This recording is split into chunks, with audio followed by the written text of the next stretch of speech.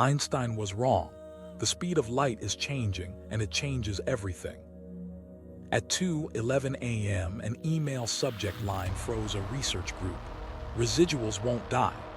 The plot on screen looked harmless, tiny bumps on a tidy curve, until you noticed they lined up where they shouldn't. If the universe is honest, those bumps are noise. These weren't. 3 hours later, someone whispered what nobody wanted to say. If this holds, C is in play. Old datasets had flagged it, committees smoothed it, careers depended on the smoothing. Tonight, the smoothing failed. Here's the hook. If the speed limit of the universe moved, ever the calendar we trust, the rulers we use, and the way horizons form all shift. Did C change? Who knew? And what breaks if it did? When the numbers refused to agree. Precision cosmology promised comfort. More data, tighter error bars, one coherent story. Instead, it delivered a fight at the center of the map. Two rulers, both calibrated to the millimeter, measured the same universe and produced incompatible answers. People massaged pipelines, widened uncertainties, swapped priors. The disagreement didn't budge.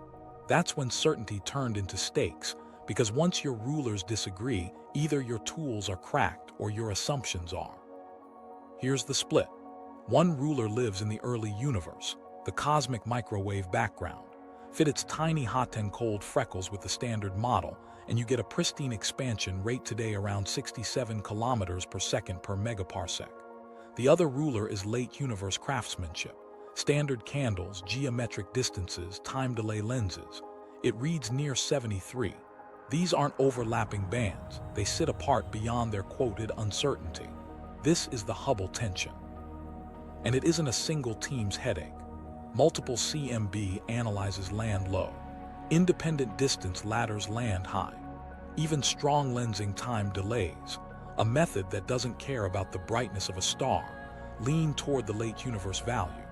When techniques disagree across methods, you either accept a grand, coordinated systematic error, or you admit the cosmos is telling you something we don't yet know how to hear.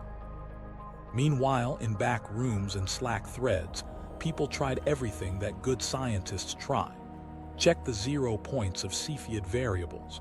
Rebuild the supernova calibration with new anchor galaxies. Re-extract the acoustic scale from galaxy clustering with stricter cuts.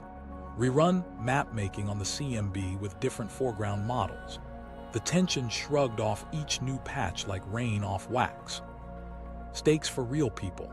A grad student sits in a dim office with the blinds closed, trying to make a plot behave before group meeting. The residuals keep lining up along the same redshift range. The code insists the best fit shifts a hair if you loosen one prior and tightens if you add another dataset. She sends the plot at 2 a.m. 5 minutes later. Recheck systematics. She already did. Twice. Let's put the two rulers side by side. On one end, the sound horizon. The standard ruler carved into the early plasma by pressure waves that froze when the universe cooled enough for light to travel freely. The CMB sees that frozen scale imprinted on the sky. On the other end, nearby distance ladders that climb from parallax to Cepheids to type Ia supernovae, measuring how fast galaxies recede now. Two independent chains. One cosmos. Two answers. So what bridges both ends? Constants. If you change the physics that sets the early universe yardstick, the late-time extrapolation bends. If you alter how light propagates over billions of years, your candles dim differently. That's why C sits at the center of whispered conversations. Not because anyone wants to dethrone Einstein at a whiteboard, but because the math keeps pointing at the parameters that were supposed to be sacred. The natural pushback came fast. Isn't this inflation's job? Add an early dark energy phase. Allow a tweak in the number of free-streaming species. Revisit dust corrections. Every path was explored. Each solved a piece and strained another.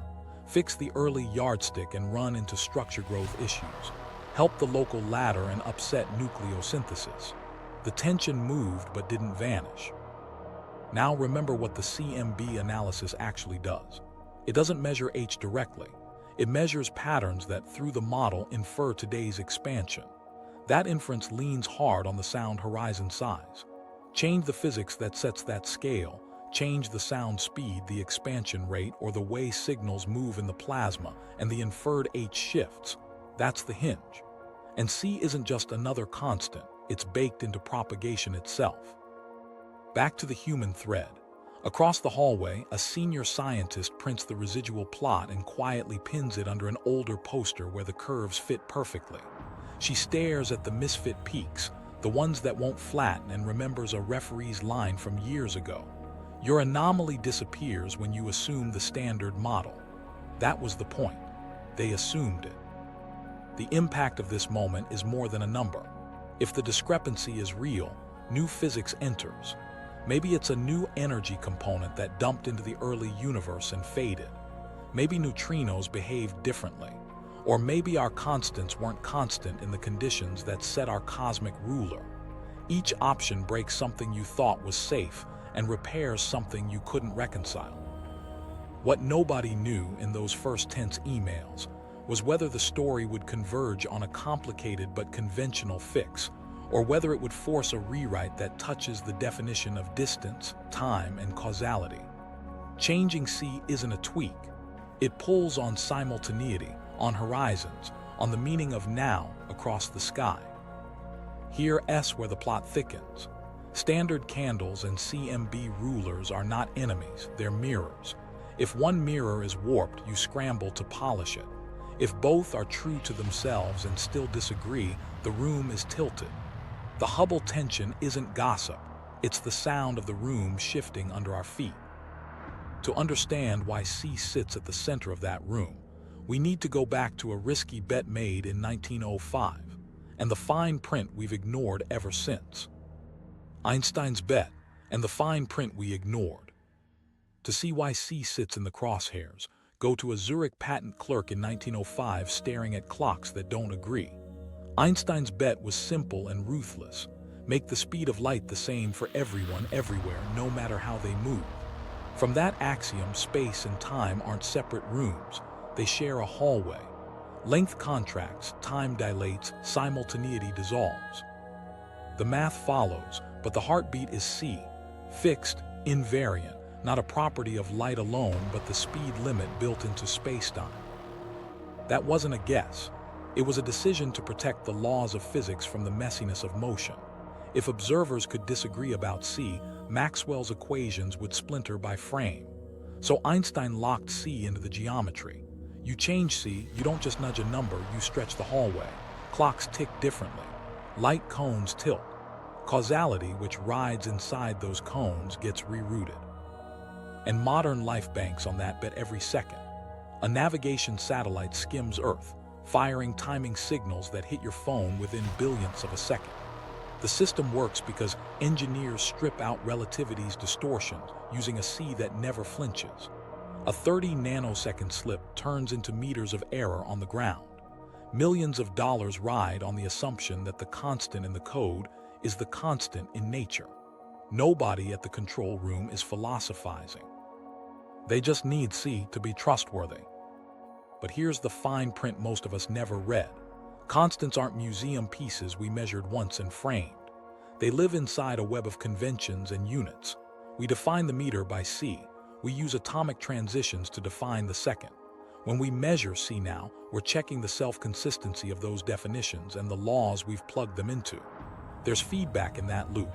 Models set priors that set calibrations that feed models. It's not corruption. It's how coherent science gets done. But it hides a subtle point. What's constant locally isn't automatically constant cosmologically. Physicists know this, which is why some kept a private folder with VSL. Do not send to referee 2 on the tab. The fear wasn't just reputational. If you allow C to vary in time or with cosmic conditions, you risk breaking cherished symmetries. Lorentz invariance, the idea that physics looks the same to any inertial observer, hangs on the constancy of C locally. Mess with that and particle physics starts to creak. Dispersion shows up where none is allowed. Thresholds for high-energy reactions shift. The standard model doesn't like surprises, and audiences don't forgive hand-waving, so every claim here gets a test or it doesn't make the cut. Einstein also tied C to simultaneity. If the speed limit changes, the slice of now you can carve through the universe moves. Horizons, the boundaries past which events can't talk, depend on C and the expansion rate together. Raise C early, and distant patches share information faster. Some of the horizon problem melts. Lower it, and the universe fractures into islands that never exchanged a whisper. The map of what could have touched what is written with C as ink. There's another layer people forget. The theory side is full of guardrails. Energy and momentum need to be conserved. Stress energy must tell spacetime how to curve, and spacetime must tell stress energy how to move. If C varies, which equations keep their form? Do you break Lorentz symmetry explicitly, or do you keep local invariance and let C drift only with cosmological time? Bimetric models try to keep two speeds, one for gravity, one for matter, trading simplicity for survival. It's not arbitrary. Every choice throws a different punch at the data. Meanwhile, the practical world keeps reminding us what's at stake. Picture a satellite engineer who's been on shift for 12 hours, watching timing residuals wiggle within design spec. There's no romance in that screen, just columns of nanoseconds that must behave. A firmware update rolls out. A 30-nanosecond discrepancy appears and vanishes with a ground station handover. The fix assumes C is exactly the coded value. It works. The satellites don't care about cosmology. The network enforces local invariance with brutal precision. But local is the keyword. General relativity already shows us apparent variations. Light slows in a medium. Paths bend in gravity, coordinate speeds change in curved spacetime. None of that violates local invariance. Every free-falling observer still measures C as C VSL proposals target something else. That the limiting speed which sets those local light cones may have been different under early universe conditions. If so, the constant is contextual, not counterfeit. That's where the discomfort lives. We built a century of physics on an invariant C because it gave us a clean, universal scaffolding. Break that assumption and all the derived conveniences, synchronized clocks, invariant laws across frames, clean causality, need re-auditing. The pushback is justified. It forces any VSL idea to be specific about when, where, and how C moves without wrecking the laboratory world that keeps working. Some physicists pushed anyway. They argued that inflation solved old problems by adding fields and epochs. VSL tries to shift the load onto a changing speed limit with fewer knobs. The gamble is audacious. Trade mathematical elegance for a harder prediction about the world. That takes nerve and it costs. Whispered jokes follow talks. Grant panels ask if you're reliable. Private folders stay private. But seeds don't sprout in folders. A few heretics wrote the papers, sent them to hostile journals, and waited. They wanted a fight in the open, not in the hallway. And they got one. The heretics of variable C, VSL's rough birth. They knew exactly what they were risking. John Moffat typed the last line of a paper in 1992 and braced for the replies. His pitch was disarmingly direct. Let the speed limit run hot in the early universe, and the far sides of the sky could have talked before the light froze into the microwave background we see today. No extra inflattened fields, no carefully tuned plateaus, just a different rule than returning to the one we trust now. He mailed it out. Friends warned him. He sent it anyway. In the late 1990s, in a corridor at Imperial, Joe Magueijo and Andreas Albrecht hashed through a similar idea. Same wound, the horizon and flatness problems, and the same audacity. If C was larger back then, causal patches ballooned without superluminal magic. The razor cut differently, changed the limit itself, rather than stretch space faster than it. The math wasn't a slogan. It needed a prescription for how CT slides, how the Friedman equations inherit that slide, where energy goes when the constant moves. They wrote it down, invited the beating, and took it. Here's the hallway microclimate people remember. After a seminar, two clusters formed. One circled the speaker with questions about stress energy conservation, Lorentz breaking, and whether the mechanism could be natural. The other drifted to the coffee, speaking softly about employability. Interesting was code for don't touch. Within a day, A senior voice muttered the phrase that locks doors. "This isn't serious physics." A student standing nearby folded a printout and slid it into a drawer. Why that reaction? Inflation on the narrative. It reconciled the same puzzles with an elegant patch. A field, a potential, a period of accelerated expansion that ironed the wrinkles flat and stretched quantum seeds into structures. It was calculable, fertile, and crucially predictive. Nearly scale-invariant perturbations, Gaussian statistics, tiny non-Gaussianities. VSL, by contrast, looked like a blunt rewrite. Elegance makes friends, bluntness doesn't. But the heretics had a case. Inflation added knobs. You could choose potentials, reheating details, couplings, enough room to park taste and sometimes retrofit results. VSL tried to shift the burden away from an extra field to the kinematics of spacetime itself. Fewer knobs, bigger leap. In some models you break Lorentz symmetry explicitly. In others you separate sectors, giving gravity and matter different metrics so signals travel at different speeds at different times. It's not a free-for-all. Each choice leaves fingerprints on particle thresholds, on photon time of flight, on how perturbations freeze. In print, the stakes sharpen. To solve the horizon problem with VSL, the causal cone must widen early, then settle to today's value before nucleosynthesis and structure formation tighten constraints. Push C high enough, and the universe's far corners can exchange information. Relax it in time, and you don't wreck the synthesis of helium and deuterium. Flatten the universe without invoking an inflationary epoch, only if the altered dynamics act like a temporary antidote to curvature's growth. The equations become unforgiving. If energy isn't conserved in the naive form, you need a modified continuity equation. If Lorentz symmetry bends, you must say how experiments miss it now. A postdoc remembers the microstory closest to the bone. She gives a talk at a mid-tier conference, carefully walking through a biometric model where the matter-light cone opens relative to gravities. People nod at the slide showing how the horizon scale grows. Eyebrows lift at the slide proving local tests stay intact because the two cones coincide today. In the hallway, one faculty member says, "Clever." Another says, "You're unemployable if you keep this up." She laughs like it's a joke. It is. Evidence standards were the battlefield. The inflation camp could point to the acoustic peaks in the CMB, beautiful, precise, and in tight harmony with a story of nearly scale-invariant fluctuations. VSL had to show it could generate the same spectrum without the inflaton, and it had to do it without fine-tuning CT into an ad hoc soundtrack. Produce perturbations with the right tilt. Keep them Gaussian. Suppress or predict a tensor signal. This is where reviewers sharpen pencils. Your C variation looks like a unit redefinition. Show us an invariant prediction. Name an observation that would kill it. They weren't wrong to demand it. Meanwhile, the culture did its quiet work. Grant panels asked for safe deliverables. Senior mentors redirected students to adjacent topics. Papers languished in review for months while softer speculation sailed through. That asymmetry cut both ways. Not every contrarian is a prophet. Plenty of fringe ideas die because the world refuses them. Gatekeeping filters noise.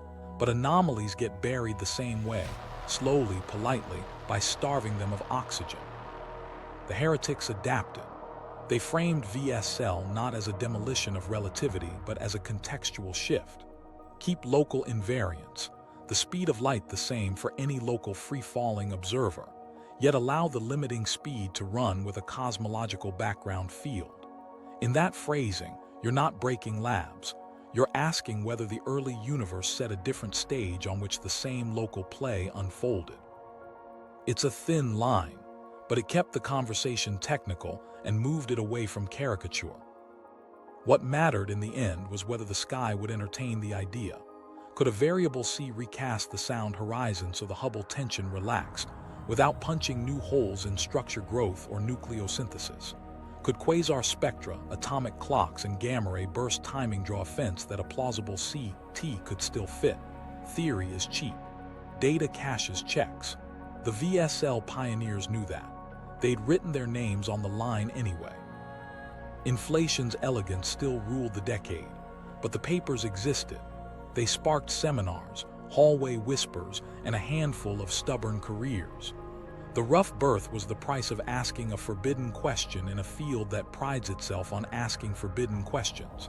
And the only judge that mattered, the sky, was about to answer in a language both camps claimed to speak. Clues in the early light: CMB, bow and sound speeds. While the debates raged in offices, the sky had been holding receipts for 13.8 billion years. The cosmic microwave background isn't just a glow, it's a fossilized pressure map. In that hot plasma, photons and baryons behaved like a drumhead. Gravity pulled, radiation pushed back, and waves rang out. When the universe cooled enough for light to free itself, those ripples froze. The frozen pattern is what we call the acoustic peaks, and their spacing is our early universe ruler. Here's the crucial link.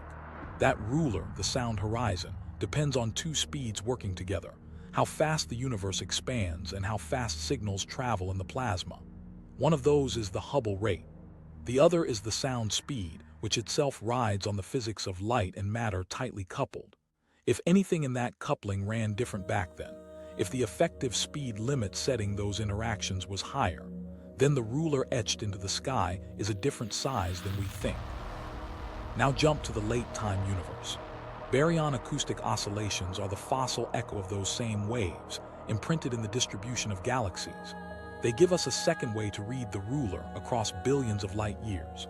You measure a preferred separation in galaxy pairs, the subtle bump in the correlation function, and translate it through a model into distances. The magic is that bow is a standard ruler, not a candle. It doesn't care about how bright something is. It cares about geometry. Set the two side by side. If the early ruler is smaller because C ran hotter in that plasma epoch, then fitting the CMB with a fixed physics model will make you infer a lower expansion today. Meanwhile, bow, tied to that same ruler but blended with lower redshift distance information, will strain to stay consistent. The tension we saw in the opening chapter becomes a question about the ruler's birth conditions, not just about late-time candles. Here's a micro story from where that plays out in real time. A pipeline engineer sits in front of a parameter estimation dashboard, a CT branch quietly merged off to the side. She toggles it on, letting an early-time rescaling propagate through the integrals that set the sound horizon. The best-fit Hubble parameter climbs a bit. The baryon density breathes. Neutrino parameters shuffle to keep the first few peaks stable. She doesn't declare victory, she screens for degeneracies. But the feeling is unmistakable. The data isn't hostile to the idea that the ruler didn't have to be born at the exact size we've assumed. Of course, there's a catch. The plasma sound speed in textbook cosmology comes from photon pressure and baryon inertia, not from C directly. It's C divided by the square root of 3, modified by the baryon loading. Varying the limiting speed could mimic a change in that pressure-inertia balance, but you can't cheat all the constraints. Big Bang nuclear synthesis locks down the density of baryons by how much helium and deuterium we see. Slide things too far and you'll break those abundances. Any viable CT has to sneak through a narrow alley, early enough to reshape the horizon, brief enough to leave nucleosynthesis intact, and modest enough to keep peak ratios in the CMB where Planck saw them. Meanwhile, bow isn't perfectly quiet either. Galaxy surveys like BOSS and DESI map the standard ruler at multiple redshifts. They see a pattern consistent with the early universe imprint, but with small tensions when combined with supernova distances. Those mismatches echo the CMB late universe mismatch. A VSL scenario that reduces the sound horizon would push bow inferred H upward when analyzed self-consistently. That's promising, but it forces you to revisit every rung in the chain: redshift space distortions, nonlinear corrections, reconstruction techniques. You can't move one brick and ignore the wall. Another thread complicates the picture. Polarization in the CMB, especially the TE and EE spectra, is sensitive to the same physics. Change the horizon scale and you shift not just where peaks land, but how their heights interlock. The data has teeth. If an early C was larger, the acoustic pattern shifts in a coordinated way. That's a blessing and a curse. It gives you a signature to search for, and it leaves you with fewer places to hide if the pattern doesn't match. While that was happening in software, a quiet argument ran in an office about what varying C really means for the CMB. One person said, "You're just renaming the sound speed." The other pointed at the equations.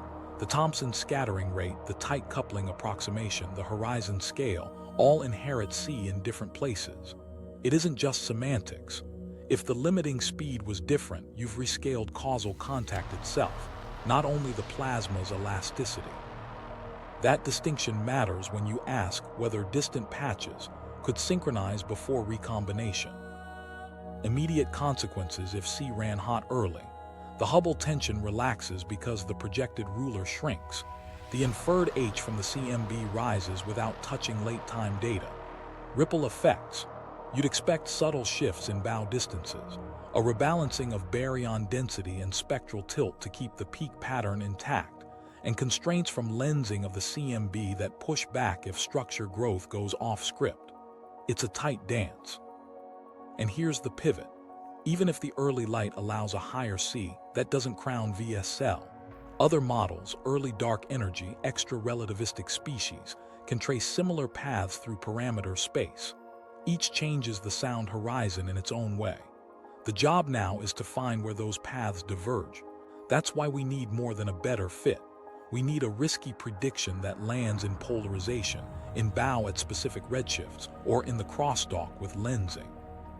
Meanwhile, light isn't the only messenger from the early universe. Another, quieter voice carries information about how the plasma behaved and what could free stream through it. Neutrinos. They whisper constraints that can undo clever tricks, and they're about to enter the story. Neutrino footprints and the speed limits of the young cosmos. While the acoustic peak sketched a ruler, another actor set the tempo, free-streaming neutrinos. In the early plasma, anything that could move without scattering acted like a pressureless wind, tugging at the waves and shifting their phases. Change that wind and the drumbeat of the CMB changes. That's why neutrinos aren't a footnote. They're a break and a metronome.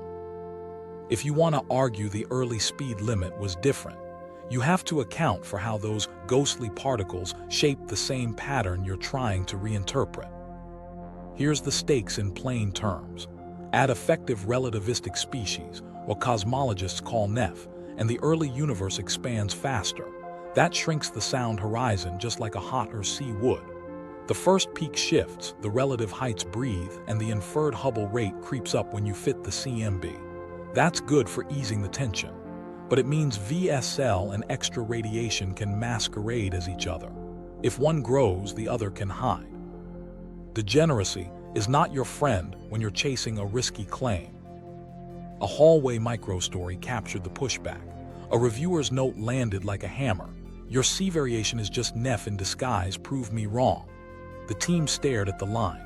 One person said, they're right to ask. Another pulled up the equations. NEF changes the expansion rate and the free-streaming anisotropic stress.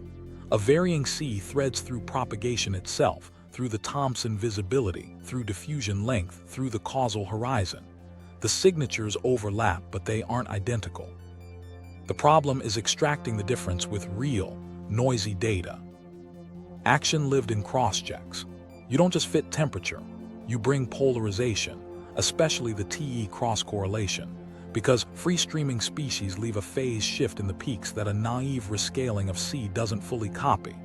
You look at damping tails, the small-scale power suppressed by diffusion, because altering the limiting speed adjusts the photon mean free path in a way extra neutrinos don't exactly mimic. You lean on CMB lensing, which tracks how structures deflected those photons later on. Models that speed the early universe often suppress later growth. The goal is a fingerprint, not a face swap. Complications pile up. Early dark energy can also shrink the sound horizon by briefly injecting a stiff component that dilutes away before recombination. Distance ladder systematics can fake a high H if Cepheid calibrations run hot or supernova standardization misses a population drift. Dust and selection effects sneak into photometry. At every turn, someone can say, It's not C, it's your ladder. The only way through is to build tests that don't share the same confusions. That's where neutrinos help and hurt.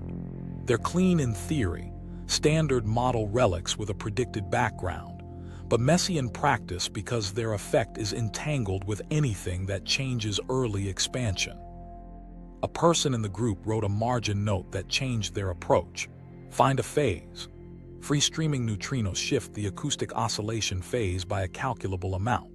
Measure that shift in TE and EE precisely, and you bound NEF tightly. If NEF sits near the standard model value, there's less room for extra radiation to play the role of a shrinking horizon. Then any remaining push to higher H in the CMB fit has to come from a different lever, maybe the lever VSL pulls. That's not a proof, it's a narrowing of exits. Meanwhile, independent messengers kept circling. Big Bang nucleosynthesis ties helium and deuterium yields to the expansion rate around 1 second after the Big Bang. Extra radiation at that epoch leaves fingerprints in the abundances. If BBN data lines up with NEF near 3, you can't hide a big early expansion boost there. A VSL episode would need to be timed so it reshapes recombination scale horizons without ruining the nuclear ledger. Early, brief, and controlled. The parameter space gets smaller, but that's where a real theory earns respect. There's a human moment buried in the math. A postdoc, knees tucked into a chair, reruns a chain with a prior that pins NEF tightly to the BBN preferred value. The best fit H from the CMB comes up a notch when the CT parameter is allowed to move, even with NEF locked. She doesn't cheer. She prints the posterior plots, circles the degeneracy directions, and writes phase test next at the top. The email to the group is 3 sentences long and ends with, "Reviewer 2 will ask about damping scale. Let's be ready." Impact. Multiple models can mask the same anomaly, which means any VSL claim faces a higher bar. You're not just competing with one neat theory. You're threading a needle through a web of partially degenerate effects. NEF, early dark energy, latter systematics, dust. The payoff is that the web is finite. TE-EE phase, damping tails, lensing amplitude, BBN abundances, and eventually laboratory neutrino mass measurements all cross-reference the story. If a variable C played a role, it has to show up where those strands intersect, not just where it's convenient. Before leaving the neutrino corridor, a softer whisper enters, the fine structure constant. If alpha drifted across the sky in time, atomic fingerprints in quasar spectra would notice. Those traces don't tell you C alone moved, alpha blends E, H stroke, and C, but they expand the map of what constant means. The neutrino tests fence the early universe. Alpha's breadcrumbs lead out into deep time, along sightlines that cross billions of light years. And they're next. The fine structure breadcrumbs, quasar spectra and alpha. The trail starts with a constant that hides in plain sight. Alpha, the fine structure constant. It's a pure number, no units, that sets the strength of electromagnetism. Change it even slightly and atoms shift their tunes. Spectral lines move. The sky keeps a record of those tunes in the light of distant quasars, where intervening gas clouds stamp their fingerprints. If alpha drifted over billions of years or across the sky, these fingerprints would whisper it. Astronomers learned to listen with a trick called the many-multiplet method. Different atomic transitions respond to alpha with different sensitivity. Instead of checking one line, you compare a forest of them: iron, magnesium, silicon, each one tugging differently if alpha changed. The method turns a messy spectrum into a lever arm. If the pattern skews in a coordinated way, it's not random noise, it's physics leaving a mark. Early hints set the community buzzing.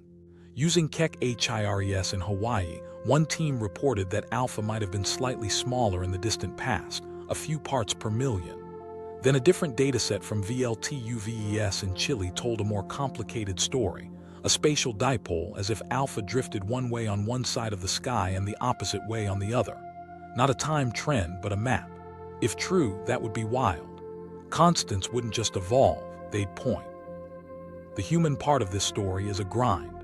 An observer spends 5 years chasing a ghost in the calibration, tiny distortions in the spectrograph's wavelength solution, temperature swings, pressure changes, aging optics, all the ways an instrument shifts lines without the universe's permission.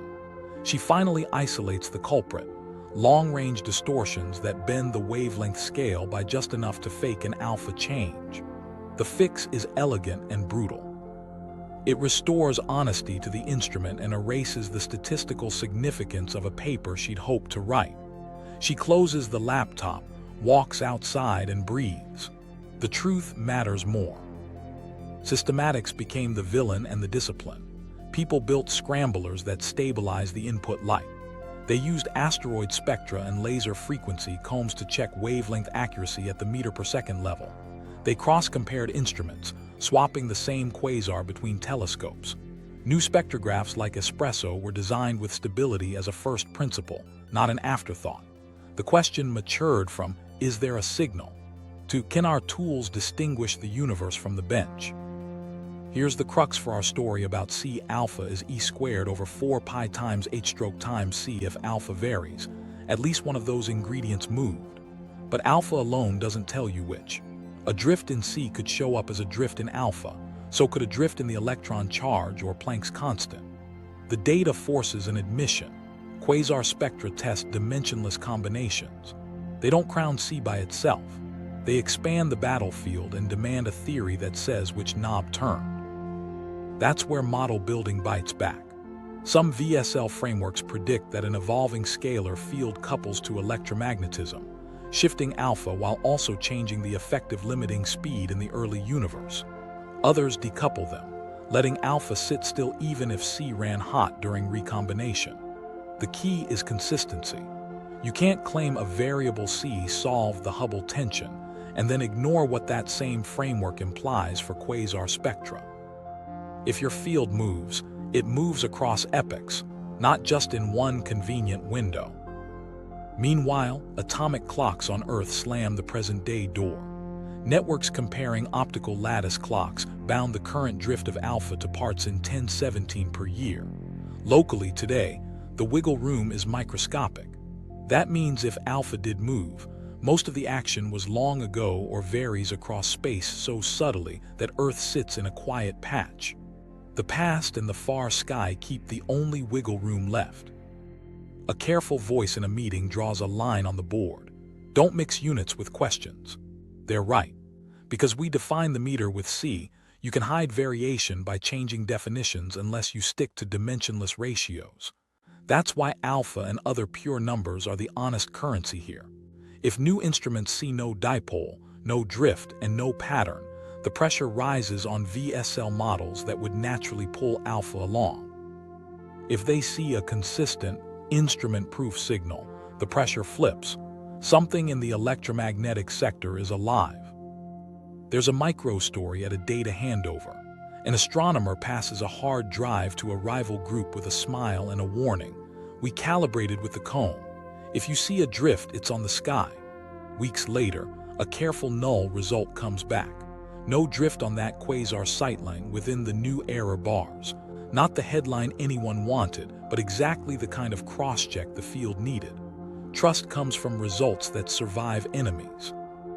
What does all this do to our larger arc? If alpha is stable across cosmic time within current limits, then any early variation in C must either leave alpha untouched or confine itself to epochs and sectors that don't leak into quasar spectra. That narrows the playground. If alpha hints at a spatial pattern that survives new calibrations, then we're looking at a universe where constant means locally enforced, globally negotiable. VSL doesn't own that story, but it's a suspect with motive and opportunity. And here's the payoff for retention. The alpha breadcrumbs don't solve the Hubble tension. They tell us where not to step and where a trail might split. They remind us that constants sit in families, not in isolation. To claim C moved, you have to check the cousins. We've listened to the quasars. Next, we ask the laboratories and the highest energy messengers whether today's laws tolerate any drift at all, or whether the only place a variable C can hide is in the furnace of the early universe. Lab floors and particle frontiers, what today's experiments allow. If C ever wandered, it left almost no footprints where our instruments stand today. That's the dare of the laboratory. Take the most sensitive clocks humans have built, compare them in silence, and see if the ticks drift in a way nature didn't authorize. Atomic clock networks now pit aluminum against ytterbium, strontium against hydrogen masers, across baselines that span continents. They swap femtosecond pulses through stabilized fiber links, then stare at the ratio of frequencies for months. If the fine structure constant moves today, even a whisper, those ratios squirm. They don't. Bounds land at parts in 1017 per year. Locally, the electromagnetic script isn't improvising. That silence is loud. It means any VSL story has to be selective. You can't rewrite propagation wholesale and expect GPS, metrology, and quantum optics not to notice. The experiments aren't decorative. They police today's invariance. Lorentz invariance tests go further. Michelson, Morley descendants spin optical cavities on turntables, tilt them through Earth's rotation and orbit, and hunt for tiny anisotropies. Resonators tuned to ridiculous Q factors listen for direction-dependent phase shifts that a broken symmetry would introduce. The needles sit on zero with insensitivity. In lab conditions, in inertial frames we can control, the light cone looks perfectly symmetric. Meanwhile, particle physics guards another gate. If the limiting speed for different particles weren't aligned, thresholds for reactions would move. Ultra-high-energy cosmic rays would either fall apart or sail through processes that should stop them. The GZK cutoff, the energy where cosmic rays interact with the cosmic microwave background and lose punch, sits where theory says it should. Photons from blazars behave like photons.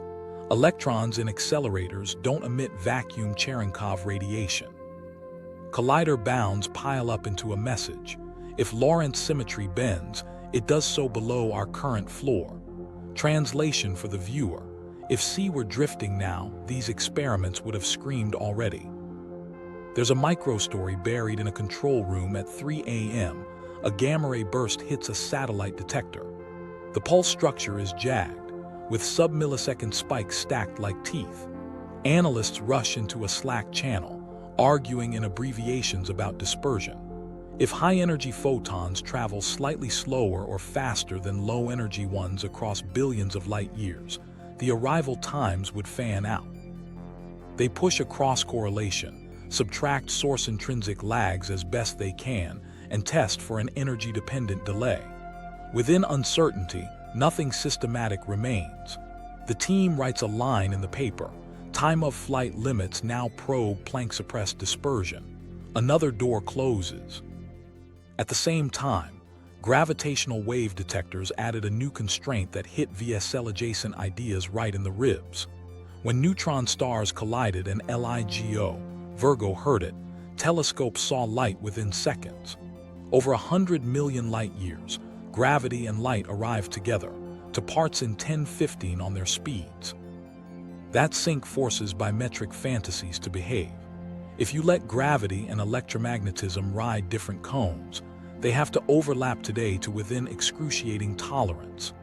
Any model that lets C drift has to tie the drift off before the era probed by standard sirens, or else craft a coupling that leaves local propagation equal while only the early universe background shifts.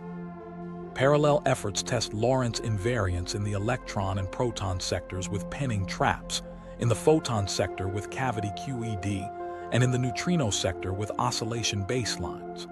They all say the same thing. The symmetry that nails C to a point in local frames is holding.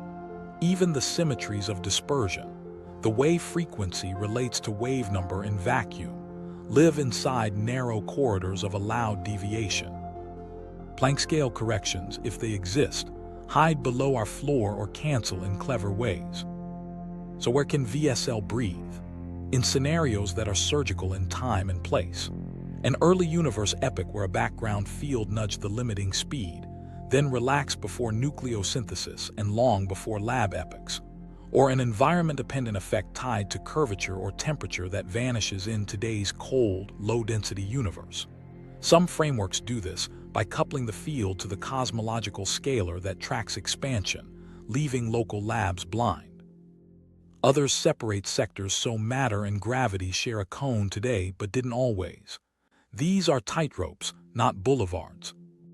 The human edge of this precision is relentless. A national metrology lab upgrades a strontium lattice clock, trims blackbody radiation shifts, and locks lasers to cryogenic cavities. The residuals flatten another picometer. Across the ocean, a partner lab finishes a fountain clock intercomparison, ships results, and the combined limit tightens. A grad student who spent 2 years chasing a thermal gradient in a vacuum chamber gets a single sentence in the conclusion: no evidence for temporal drift. She reads it twice. It stings and it satisfies. That's how you earn the right to claim anomalies elsewhere.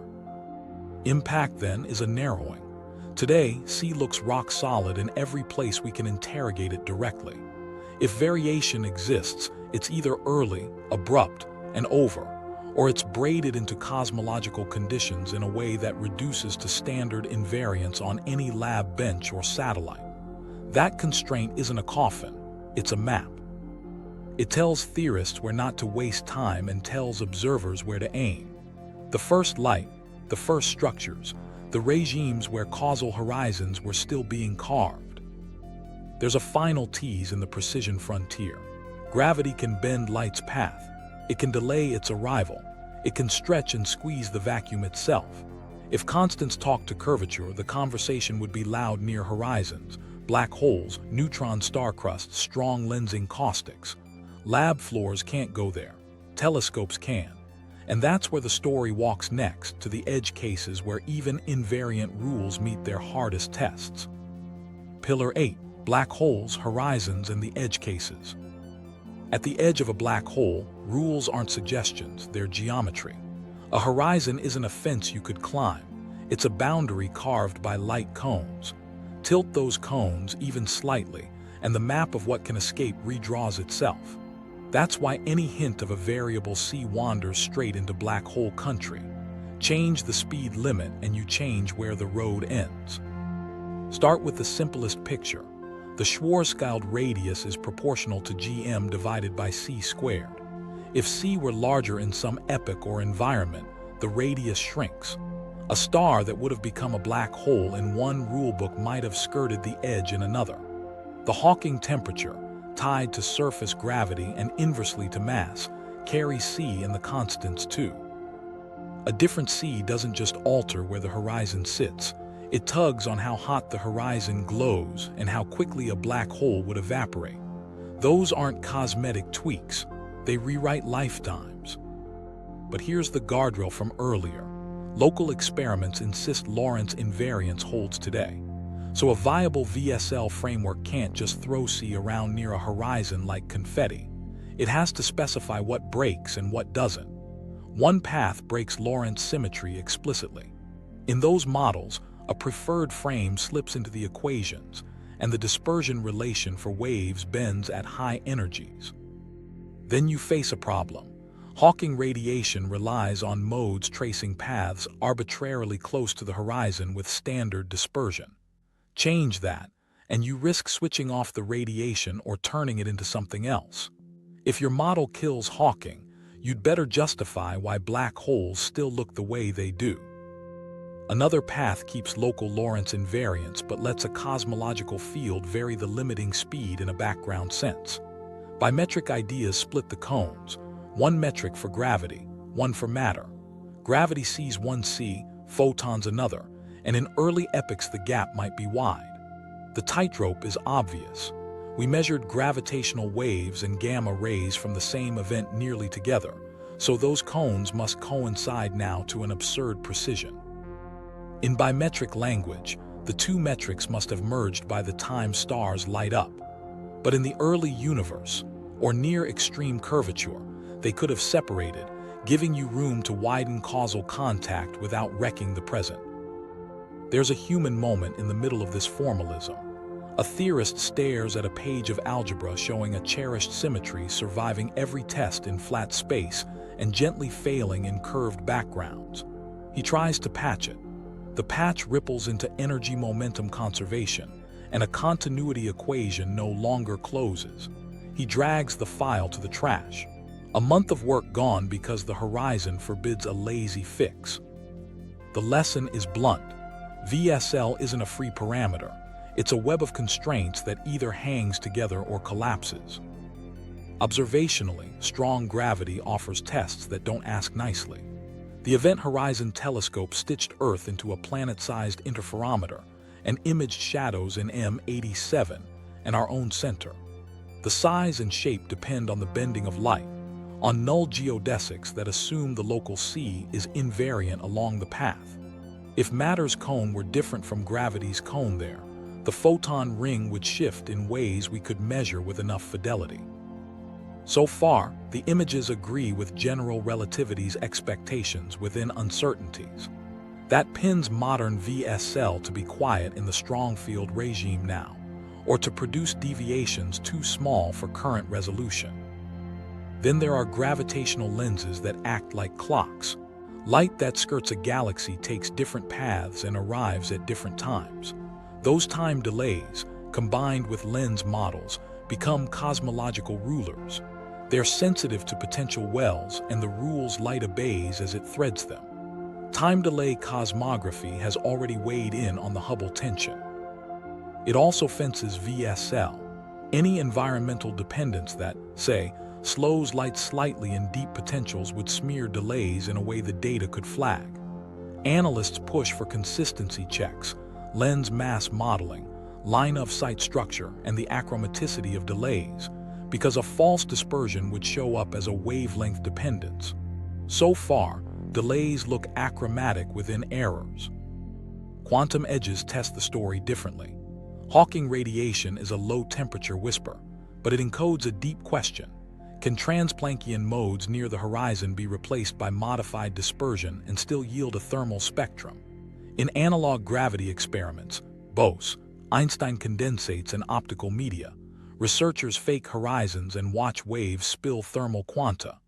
Those setups break Lorentz symmetry by construction at high frequency, yet still recover a thermal tail. The take: you can bend dispersion and keep the horizon story, but the conditions are specific. That gives VSL a narrow path. Allow high-energy dispersion changes that wash out at low energy and recover standard predictions where we actually observe. What nobody should pretend is that edge cases are trivial. If C moved with curvature, neutron stars would become laboratories.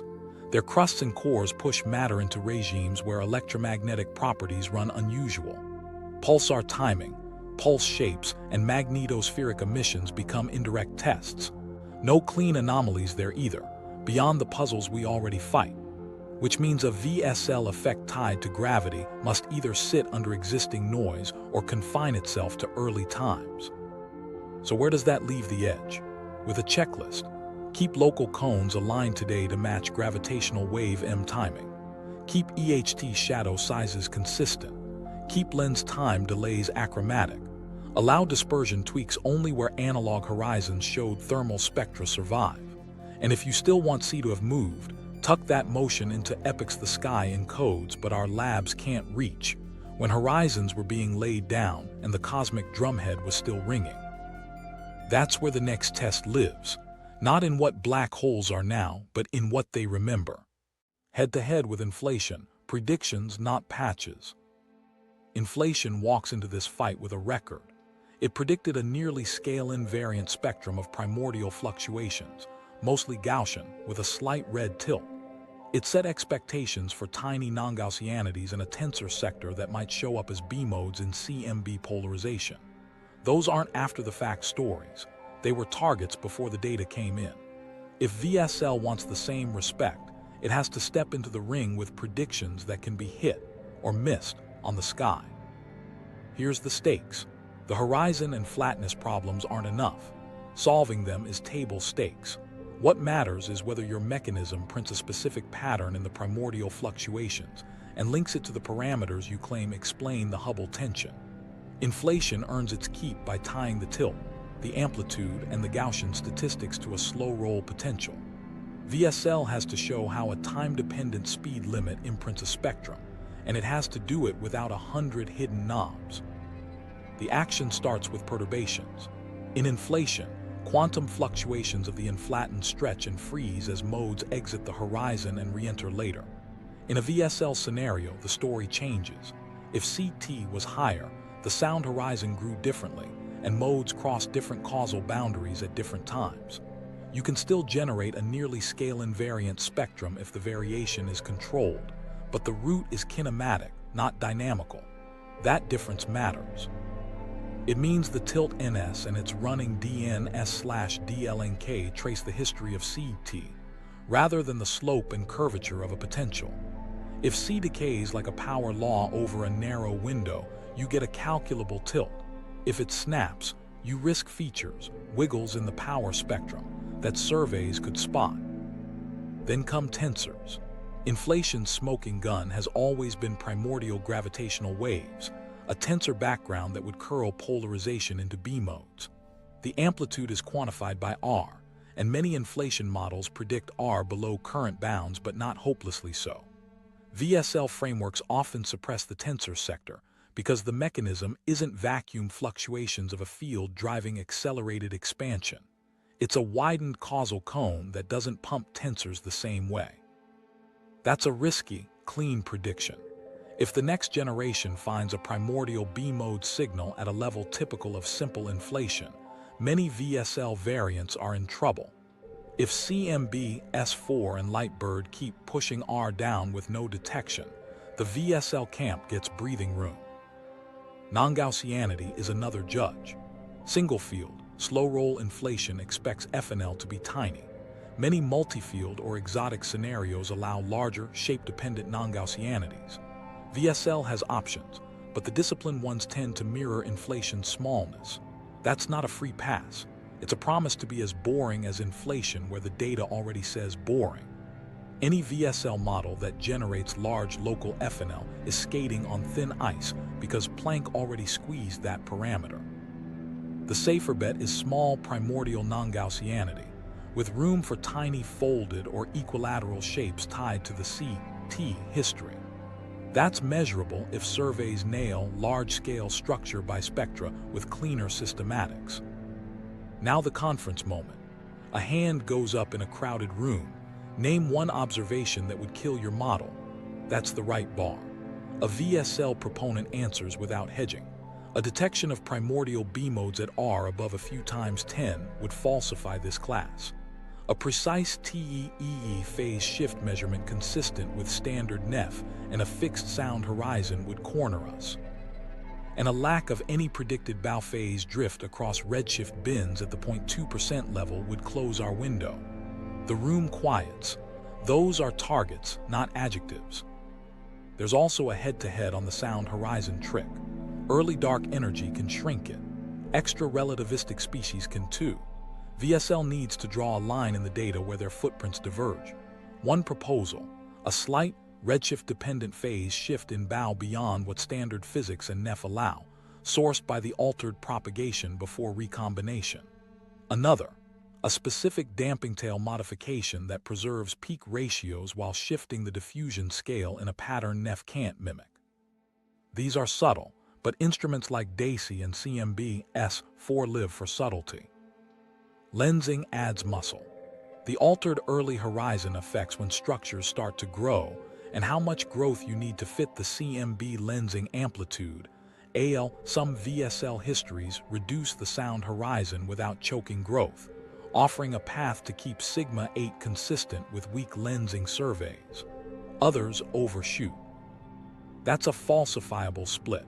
Roman and Euclid will map shear with percent-level precision.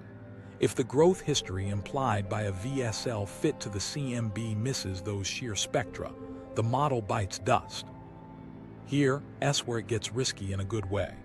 A clean VSL prediction set could look like this. No detectable primordial tensor signal down to R10. A specific small shift in the TEE peak phases consistent with standard NEF but inconsistent with Ada's timing. A bow phase drift that grows modestly with redshift.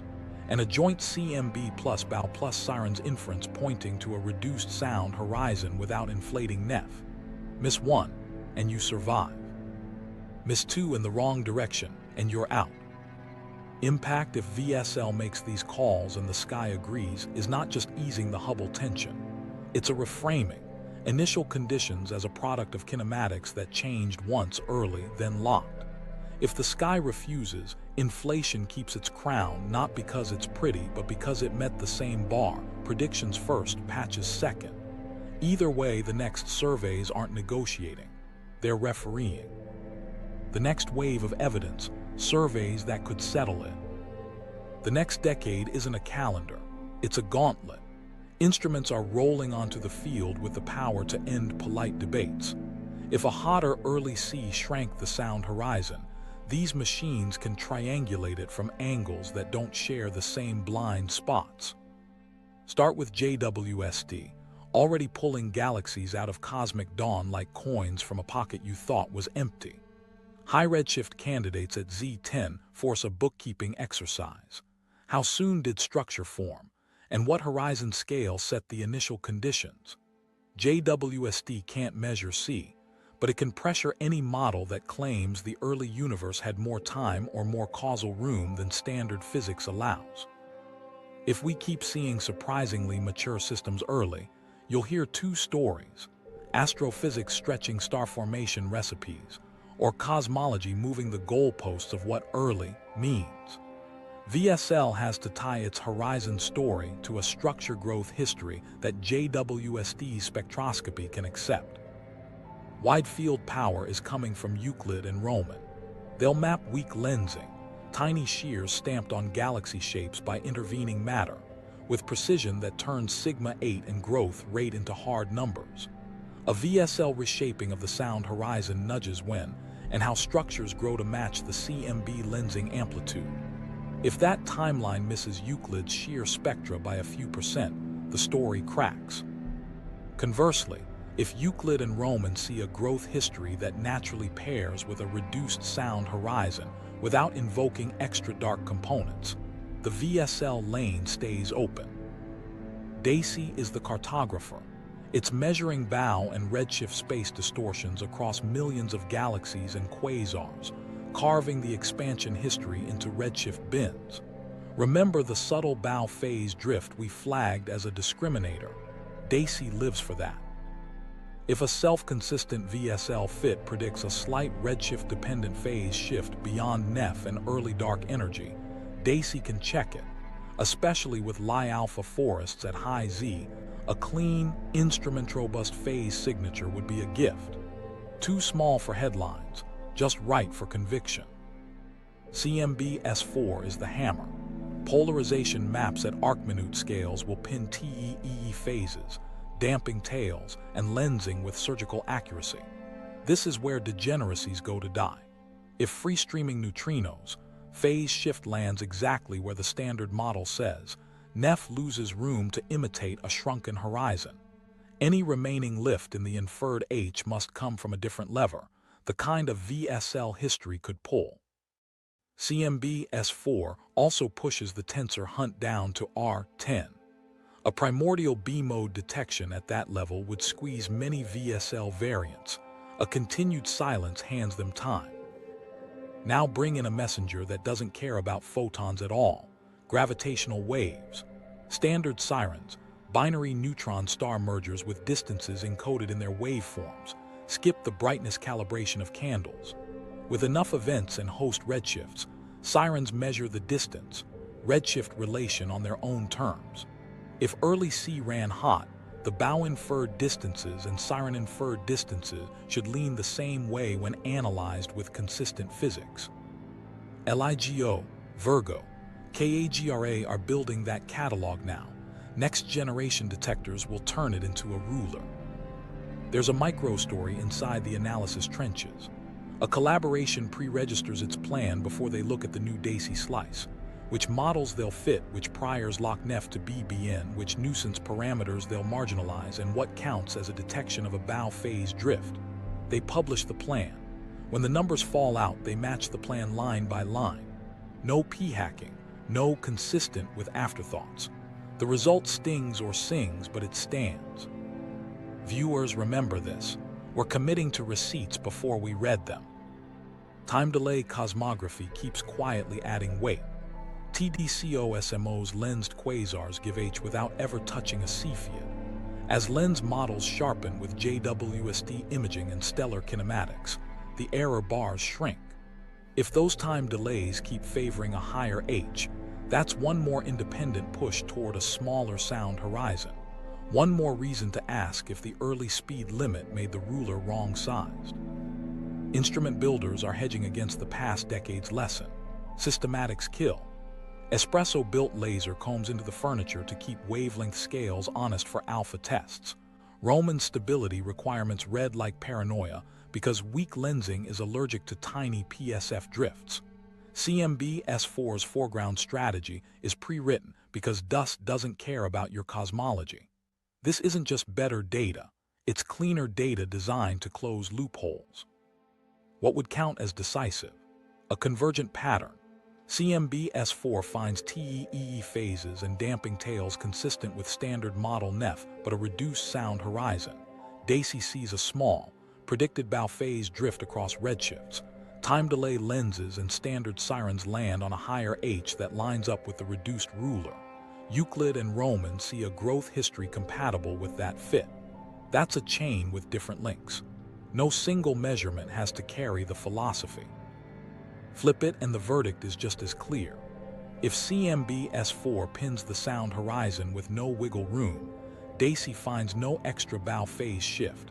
Sirens hug the low H curve, and JWST's early galaxies settle into conventional models with modest tweaks. The VSL window narrows to a slit or shuts. The game isn't about who argues better. It's about which pattern survives crossing instruments and methods. While telescopes and detectors prepare their case, another battle runs quieter, teams defining in advance what would falsify them, resisting the urge to reinterpret every mismatch as a feature. That discipline is part of the evidence too. It keeps us from moving goalposts the moment the ball flies.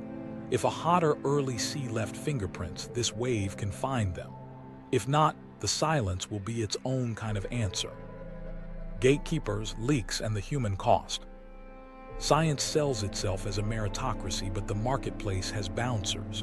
When VSL crept into seminars, the first gate wasn't the equation, it was the look.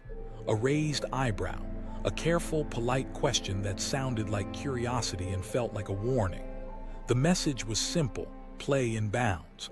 The bounds weren't written down, they were learned. Peer review is where those unwritten rules become letters. A paper lands on a desk with months of work inside. The first referee calls it thought-provoking, then adds 3 pages of demands that would take a year. The second writes 2 sentences, breaks Lorentz invariance, not suitable. You can argue the science. You can't argue the delay. Careers run on clocks that don't care if your idea is unfashionable or true. Here's a micro story about how that pressure leaks. A junior collaborator hits send on a manuscript, then opens an email thread she wasn't meant to see. Someone accidentally CC'd her on a private exchange. A referee writes, "We can't legitimize VSL in this journal." The editor replies, "Understood." No technical critique, just a line drawn around the conversation. She forwards it to her mentor with 2 words, "So this." The reply is longer but boils down to this advice: pick your battles. Publish what you can, where you can, and outlast them. Conferences are another theater. You can feel which talks are invitations and which are tests. A speaker with a safe topic gets jokes and softballs. A VSL talk gets prefaced with a caveat from the session chair, controversial but interesting, and then a queue of questions designed to bleed your time. How do you keep energy, momentum conserved? Isn't this just a unit choice? Show one prediction inflation can't retrofit. None of those are unfair. It's the tone that grinds. Curiosity asks how to make it better. Gatekeeping asks how to make it stop. Grants turn tone into resources. Proposals are triaged on promise and feasibility. Vague adjectives decide who gets a postdoc and who gets a teaching overload. Panels read like verdicts. High risk, low ROI. not competitive with mainstream approaches. A pi who can secure money for a VSL project has political capital to burn or nothing left to lose. Most choose a middle path, fold the risky line into a safer umbrella, promise deliverables that don't depend on the heresy, and sneak the dangerous calculations into exploratory aims. Not every contrarian deserves a clear runway. Some wild ideas die because they're wrong, not because they're unpopular. Gatekeeping filters noise, but the filter clogs when success is confused with conformity. You see it in citation circles, papers that cite each other, talks that invite the same names, a path dependency that rewards the familiar. Anomalies need air, not suffocation. You don't solve attention by starving its alternatives. Leak culture grew as a workaround. Drafts circulated quietly on Slack before archive. Don't tweet this yet. Let's see the lensing residuals first. People pre-registered analyses to disarm accusations of cherry-picking. Others wrote post-mortems when a result failed. What we tried, why it broke, what not to do next. That honesty cost authors points in the standard game and won them something rarer: trust. Even rivals shared code. Not to be nice, but to keep the field from splitting into camps that only talk to themselves. There's a late-night scene that tells the cost. A postdoc sits in a rented kitchen a continent away from home on the last night of a conference.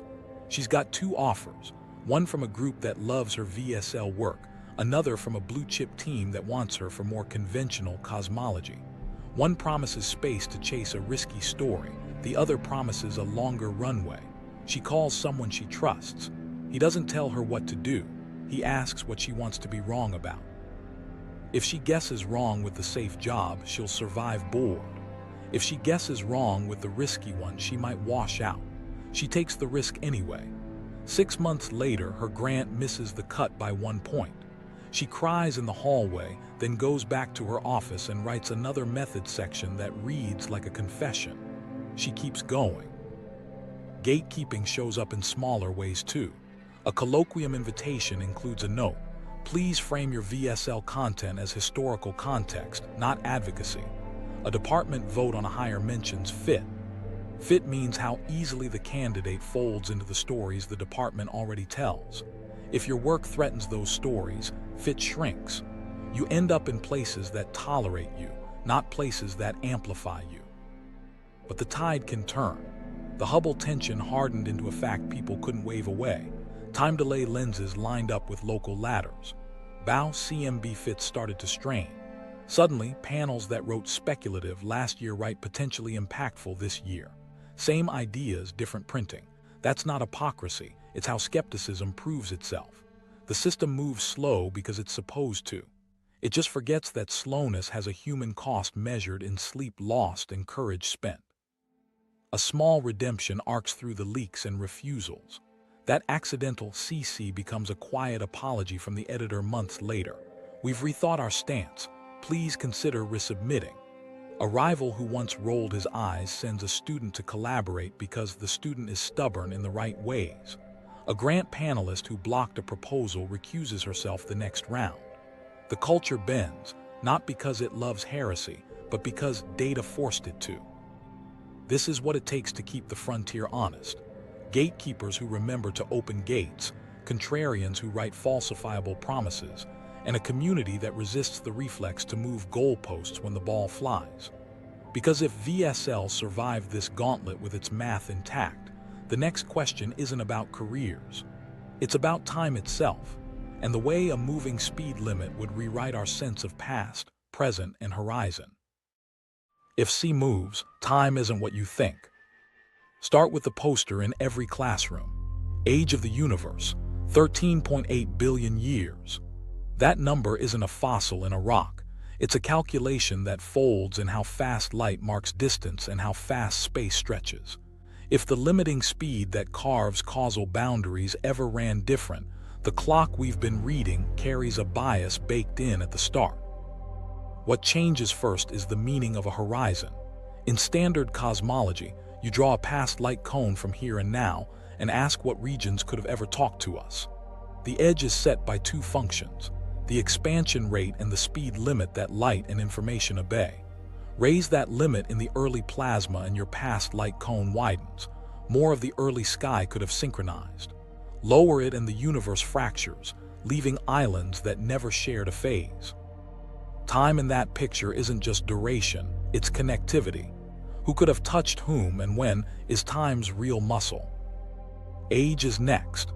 We infer the 13.8 number by integrating the expansion history and translating redshift into look-back time with a ruler pegged to constant C if C ran hot before recombination, and then snapped to today's value long before stars formed. The integral changes. The light we see from recombination left earlier in absolute seconds than we thought, or later, depending on the trajectory. The calendar on a cosmologist's wall could be off by hundreds of millions of years without your wristwatch ever noticing. Because locally, in your lab, the rules are the rules. Your phone's GPS still triangulates in nanoseconds. Local invariance isn't optional. It's enforced by experiments. The wiggle room lives in epochs your phone never visits. There's a human scene that captures the dissonance. A teacher stands on a chair and peels off the 13.8 sticker from the poster after reading a preprint her student sent. She pauses, marker hovering, then writes the same number back and adds a small question mark. She tells the class why. This number is only as honest as the assumptions behind it. We test those assumptions because that's what science is. The room goes quiet. The poster stays honest. People worry about paradoxes, signals outrunning causality, history's rewriting. That's where the fine print matters. A disciplined VSL framework keeps local light cones intact. Any free-falling observer anywhere measures the same local C at that moment. What changes is how those local cones stitch together across a changing background. Think of a quilt. Each patch has the same thread count, but the stitch spacing varies. Paths between patches take different routes than you expected, and the global pattern you infer from a single patch's weave can mislead you about the whole. Cosmic age estimates depend on that stitching. So do distances. Luminosity distances from supernovae, angular diameter distances from bow, time delay distances from lenses. They all translate observed quantities through a model that assumes a fixed limiting speed in the relevant epochs. If C moved only early, those translations barely change for low redshift candles. But the anchor that ties them to the CMB, the sound horizon, shifts. You propagate that change through, and suddenly 13.8 becomes a range linked to when the stitch changed and by how much. It's not hand-waving, it's bookkeeping with a new line item. Simultaneity takes a softer hit. In special relativity, distant now slices already depend on motion. In a cosmological background, we pick a natural slicing by expansion, surfaces of equal cosmic time. If CT changed, the mapping between redshift and that cosmic time bends. Two galaxies at the same redshift might correspond to slightly different ages than our standard conversion says. That matters when you try to compare the maturity of galaxies at Z10 with the clock you think they share. JWST's surprises then test not just star formation physics, but the fidelity of the redshift to time dictionary. This is where intuition fights you. We're trained to think of time as a river with one speed. VSL makes it a braided channel, same water, different strands in different seasons. Locally, the flow at your feet hasn't changed. Throw a stick and it drifts the way you expect. Step back and look at the whole braid and you realize some channels cut faster earlier, then merged. The total distance a leaf traveled by today depends on which strand it rode. Our photons are those leaves. Does any of this threaten causality? Not if you keep faith with the cones. You can widen them early and still forbid paradoxes. What breaks is convenience. Many tidy equalities, distance dualities, simple scalings between horizons and ages pick up correction factors. Your mental shortcuts stop working. You have to earn every inference with a propagation model that says when C moved and how other constants stayed put. Meaning shifts with it. Time feels less like a universal metronome and more like a record pressed with variable groove spacing, faithful locally, subtly stretched globally. The past doesn't become unknowable, it becomes conditional. We can handle that. We've done it before. We retired the ether. We embraced quantum rules that defy common sense and then built lasers and MRI machines out of them. If the universe edited the speed limit early and locked it later, our job isn't to be offended. It's to rewrite the captions under our oldest pictures so they tell the truth. The dangerous beauty of a mutable cosmos. There's a reason people cling to constants. They make the universe feel anchored, like the floor won't tilt when you take a step. A mutable sea threatens that comfort, and that's the beauty and the danger. If the speed limit isn't fixed across all epochs, then the framework that explains why the cosmos looks the way it does becomes looser and maybe kinder. Fewer miraculous initial conditions, fewer coin flip alignments that just happen to land right. But loosen too much and you're unmoored. Every explanation becomes, it changed when it needed to, and you've traded a puzzle for a shrug. Start with fine-tuning. Standard cosmology looks tuned because we demand an early universe that lines up its phases just so, smooth on large scales, seated just right for galaxies. Inflation swept that under a graceful rug, a field, a potential, and a tiny set of parameters shaping the spectrum. VSL offers a different relief. If early causal contact was broader, homogeneity isn't a miracle, it's the default. Flatness becomes less of an unstable balance, more of a consequence of kinematics that briefly favored long-range coordination. You remove knobs by changing the wood the cabinet is made from. It's conceptually clean, but it's also a bold rewrite of what we call a law. There's a historical echo here. When ether fell, it didn't just fix a calculation, it redefined what a medium even means. When quantum mechanics arrived, it didn't just add a term, it changed what prediction feels like. Those pivots hurt.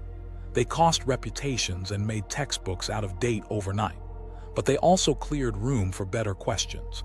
A variable C, if it stands, lives in that lineage. Pain before clarity, derision before utility. A young researcher somewhere is making that bet right now. She's 3 months into a thesis that ties a moving sea to a scalar field that couples weakly to electromagnetism. The easy path would be to call it modified gravity, hide in a crowded literature, and never commit to a risky prediction. She doesn't. She writes down a bow phase signature, a CMB polarization phase shift, and a lensing growth link that her model must hit together. When a senior scientist suggests slicing off the prediction to make publication easier, she says no. She wants a result that can be wrong in public. That's a career move most people won't make. It's also the only way ideas earn trust. The danger isn't just that mutable rules feel arbitrary. It's that we might use them as excuses. It changed can become a lazy explanation if you don't fence when, how, and by how much. That's why the discipline around VSL matters more than the poetry. Local invariance today isn't negotiable. Couplings and conservation laws need to survive where we can test them. The early epoch must be narrow, motivated, and tied to observables that inflation can't mimic forever. Without that spine, you're not freeing physics, you're dissolving it. And yet, a mutable cosmos invites a deeper humility. It says, don't mistake your coordinate choices, your unit conventions, or your lab epoch for nature's final grammar. Constants might be scaffolding erected during certain phases, firm enough to build on, loose enough to take down later. If that's right, law sounds less like decree and more like context. That's not license to make anything true. It's a reminder that our job is to find the invariants that really are invariant, and to admit when one we trusted was only locally so. The psychological shift is subtle. You start looking for families of constants that travel together, not lonely numbers that rule alone. You weigh dimensionless combinations more heavily because they're unit-proof. You write analyses you'll pre-register before the data arrives, to make sure your belief doesn't move faster than your method. You craft predictions that can die from 3 sides, CMB, bow, sirens, so survival means something. And you brace for the possibility that the verdict is neither triumphant nor crushing, but incremental. Small deviations in one corner, silence in another, a pattern that takes years to cohere. What do you get if it coheres? Maybe a streamlined story of the first few 100,000 years, a widened causal cone that set the drumhead then sealed shut, a sound horizon modestly reduced, a late-time universe that looks exactly like the one our labs police. You keep GPS, you keep LIGO's timing, you keep the pillars that work. You lose some false certainty about ages and horizons that were always model-dependent. That's not chaos. That's a grown-up cosmology, admitting where it had to assume. And if it doesn't cohere, if surveys slam the window, then the exercise wasn't theater. You'll have built tools that make inflation sharper, ladders cleaner, and systematics harder to hide. You'll have trained a generation to ask for falsifiable stakes before the first plot. You'll have tested the sky's patience with another good faith challenge and learned the same lesson we keep relearning. Reality rewards discipline, not bravado.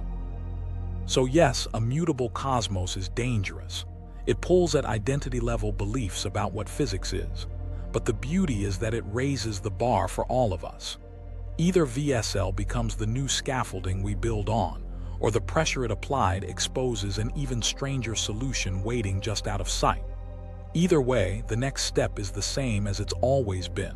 Write the prediction, take the hit, and let the sky answer. The decision point, what we'll accept as proof. No more vibes. We pre-commit now in public. Proof looks like convergence across tools that don't share failures. First, polarization. CMB-S4 nails TE-EE phases and damping tails with NEF pinned by BBN. If the sound horizon is reduced without invoking extra radiation, that's one check. Second, tensors. A non-detection of primordial B modes down to R10 keeps VSL lanes open. A detection above that falsifies this class. Third, bow. DESI detects a tiny, redshift-dependent phase drift predicted by our CT history, not explainable by early dark energy or calibration tricks. Fourth, distances. Standard sirens plus strong lens time delays return H consistent with the reduced ruler. Cepheids can argue, but they don't decide. Fifth, growth. Euclid-Roman shear matches the structure history implied by that same fit. No sigma-8 contortions. We also write the kill switch. If any two of these five swing the other way decisively, we stand down. A collaboration signs it. Date stamped, pre-registered, archived. That's our public promise. And if you want the receipts when they land, subscribe and stay for the post-results breakdown, where the evidence points today. Here's the cleanest statement I can give you. Locally, the speed limit looks immovable. Cosmologically, the fit still wobbles. That's not a contradiction. It's two regimes speaking different dialects of the same language, and we're the translators trying not to project our accent onto either one. On the ground, every precision test we've thrown at invariance has come back quiet. Optical clocks comparing frequency ratios over years see no drift in alpha at levels that would embarrass any leisurely changing constant. Cavity experiments spin and tilt and listen for anisotropy and hear nothing but their own thermal gremlins. Time-of-flight tests with gamma-ray bursts, plus that binary neutron star siren where gravity and light arrived essentially together, say any present-day difference in limiting speeds is smaller than our best rulers can resolve. If C ever roamed free, it snapped back long before our labs turned on. Now zoom out.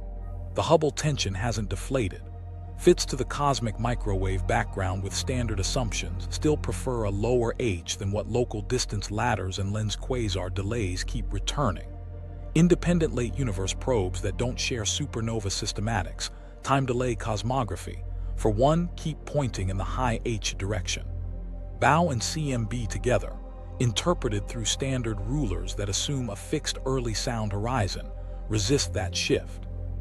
Something in that chain either hides a subtle bias or points to physics that isn't in the base model. We've toured the usual suspects. Extra-relativistic species can shrink the sound horizon and lift H, but precise phase shift measurements in CMB polarization keep NEF close to the standard model, with little room for a big free-streaming boost. Early dark energy can do the trick, but it needs a narrow, timed injection that doesn't upset nucleosynthesis or lensing. It's viable, but the parameter gymnastics are tight. Distance ladders have endured fresh audits, Cepheid calibrations, supernova standardization, metallicity, and the case for a high local H has only sharpened, not softened. What about the subtle hints from quasar spectra?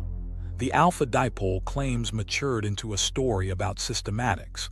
New instruments built for stability first have pulled some early signals down toward zero, and where hints remain, they're cautious. If there's a drift, it's at the parts per million level and deeply entangled with calibration. Atomic clocks slam the present-day door on alpha drift so hard that any cosmologically relevant variation must be either old or spatially structured, in a way that leaves Earth in a quiet zone. Put those pieces together, and the state of play looks like this. The cleanest avenue for a variable C to matter is an early, fast, and finished episode that modified causal contact before recombination, reduced the sound horizon by a few %, and then left no footprint on post-recombination propagation.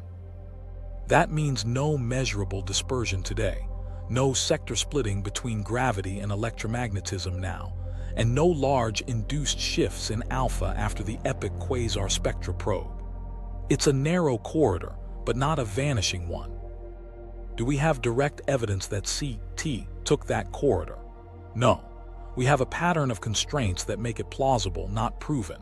We have cross-check sharpening into places where VSL could leave distinctive marks, TEE phase and damping tail subtleties that NEF can't mimic indefinitely, a mild, redshift-dependent bow phase drift, a growth history that plays nicely with a shrunken ruler without inflating sigma 8. We have standard sirens beginning to sketch a distance, redshift curve that will either lean into or away from a reduced sound horizon story. And we have strong gravity observables, EHT shadows, lensing time delays, behaving in ways that fence off any environmental VSL today. There's also the lived reality of data that giveth and taketh away. A new dataset drops, slack lights up, and for 12 hours you can feel the needle move. Then a calibration note lands, beam asymmetries corrected, selection cuts tightened, and the peak shifts back into the error bars. It's not cynicism to expect that. It's the rhythm of precision science. The frontier isn't a result. It's the process that gets you a result you can defend a year later. If you asked for odds, I'd split them across 3 live boxes. 1. The tension resolves to a web of small systematics and selection effects that, once untangled, reconcile early and late without new physics. That box is shrinking but not empty. 2. New physics that isn't VSL, an early dark energy phase, a modest tweak to neutrino physics, soaks up the discrepancy with a narrow, testable parameter window. That box remains popular because it keeps C sacrosanct and plays better with established frameworks. 3. A surgical VSL history that lowers the sound horizon, passes the lab gauntlet by construction, and nails a set of subtle predictions the next surveys can actually hit. That box is smaller than it was when this idea first made people roll their eyes, and larger than it was before the tension hardened. What matters more than my odds is the discipline of the next steps. Teams are pre-registering analyses, writing kill switches into their proposals, and committing to thresholds before the data lands. That keeps us honest when a favored model flirts with significance. It also keeps the field from rewarding the endless, consistent with, that can make any theory immortal by definition. The human temperature has changed too. VSL papers no longer get tossed out of hand. They get reviewed with hard questions and a path to yes, if the math is tight and the predictions are pinned down. People who once insisted this is just units now add, and here's how you could convince me it is. That's not a revolution. It's a culture doing its job, skeptical, porous, and aware of its own blind spots. So where does the evidence point today? To a universe that is still testing us. to constants that are constant where we can touch them and possibly contextual where only the sky can interrogate them, to a small, risky lane where a variable c could have mattered without breaking what's working. If that lane is real, the next wave of data will light it up. If it isn't, the lights will stay dark and the same data will make other ideas sharper. Either way, we won't be guessing. We'll be reading the ledger the universe keeps and letting it tell us what constant really meant. The hit and the hook forward. If the universe edits its rules, the real test is whether Einstein erred. It's whether we've got the nerve to read the margin notes. If you want the full receipts and the kill switch criteria we just pre-committed to, tap subscribe and watch the Hubble tension deep dive next. Because when numbers disagree, that's where the truth gets loud.